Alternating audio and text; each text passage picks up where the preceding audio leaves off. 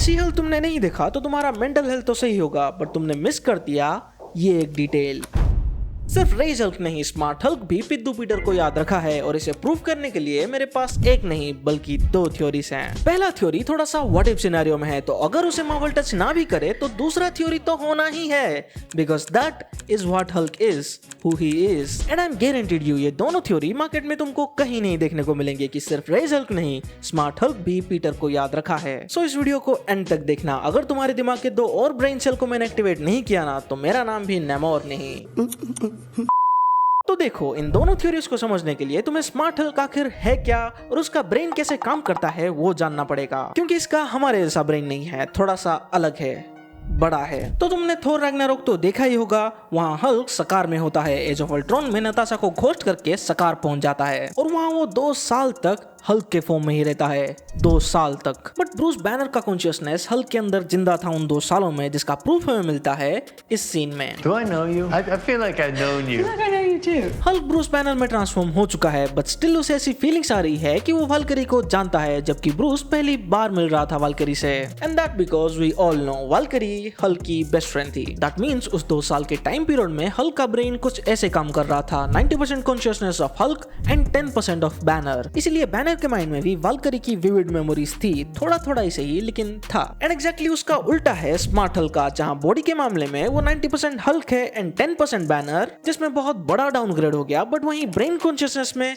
वो 90% बैनर है और सिर्फ 10% हल्क। और अब आते हैं मेरे पहले थ्योरी पर। We all know smart Hulk बनने से पहले ना बैनर को और ना ही हल्क को पता था कि आखिर पीटर पार्कर है कौन, क्योंकि जब पीटर को पावर मिला, वो स्पाइडरमैन बना एंड इंट्रोड्यूस हुआ सिविल वॉर में, तब ब्रूस अर्थ पर ही नहीं था, सकार में थॉर से फाइट कर रहा था। और जब ब्रूस नॉर्मल होके अर्थ आया, तब पीटर अर्थ छोड़ के निकल चुका था टाइटन के लिए। और फिर जब एंड गेम में पीटर रिटर्न हुआ, तब तक हल्क स्मार्ट बन चुका था, मतलब स्मार्ट हल्क। और एंटायर एमसीयू में सिर्फ एक ही बार बैनर एंड स्पाइडरमैन का नाम एक साथ ऑन स्क्रीन आता है। There's an Ant-Man and a Spider-Man?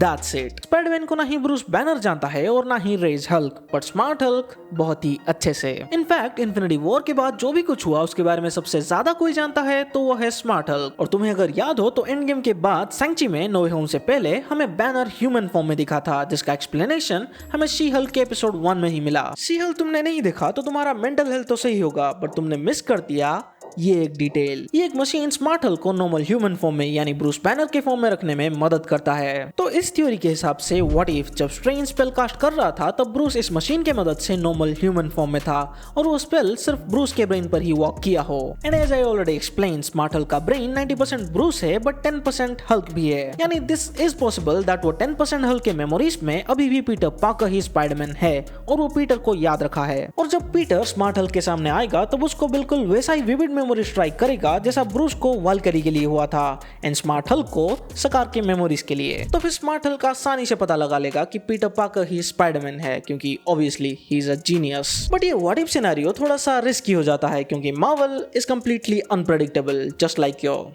You know. But मेरे दूसरे थ्योरी में कोई व्हाट इफ सिनेरियो है ही नहीं, बस मार्वल को कॉमिक एक्यूरेट रखना है हल्क के पर्सनालिटी को। आजकल बड़ा कॉमिक एक्यूरेट का माहौल चल रहा है मार्केट में, तो हल्क के लिए क्यों नहीं। और इस थ्योरी के मुताबिक जब स्पेल कास्ट किया स्ट्रेंज ने, तब बैनर स्मार्ट हल्क के फॉर्म में ही था, बट स्टिल हल्क के वो 10% मेमोरी से कुछ भी वाइप आउट नहीं हुआ, क्योंकि ऐसा ऑलरेडी 2 बार हो चुका है कॉमिक्स में। एक तो सेंट्री के ओरिजिन में, जब वॉइड से दुनिया को बचाने के लिए रीड एंड सेंट्री ने डिसाइड किया सेंट्री को दुनिया के हर इंसान के मेमोरी से वाइप आउट करने का, एंड वो वाइप आउट कर भी देते हैं एक डिवाइस की मदद से। बट हल्क के मेमोरी को कुछ भी नहीं होता है, वो सेंट्री को स्टिल याद रखा था। In fact Hulk was the only one who remembered Sentry. And इसके अलावा कॉमिक्स में स्पाइडरमैन के ही the amazing Spiderman one more day story line में, जो सिविल वॉर के बाद टेक्स प्लेस करता है, जहां पीटर खुद अपनी आइडेंटिटी रिवील कर देता है, बट उसे वो फिर से ठीक करना था, इसलिए वो मफिस्टो के पास जाता है एग्जैक्टली सेम डिमांड के साथ जो नो वे होम में स्ट्रेंज के पास करता है, दुनिया से उसकी आइडेंटिटी गायब करने का। और मफिस्टो करता भी है, but Hulk was the only one जो पीटर को स्टिल याद रखा था। तो अगर नो वे होम के स्पेल के time Bruce banner smart Hulk के फॉर्म में ही रहा होगा, तो भी हल्क के वो 10% मेमोरी में स्पाइडरमैन की आइडेंटिटी अभी तक बरकरार होगी जो स्मार्ट हल्क ने गेन किया होगा।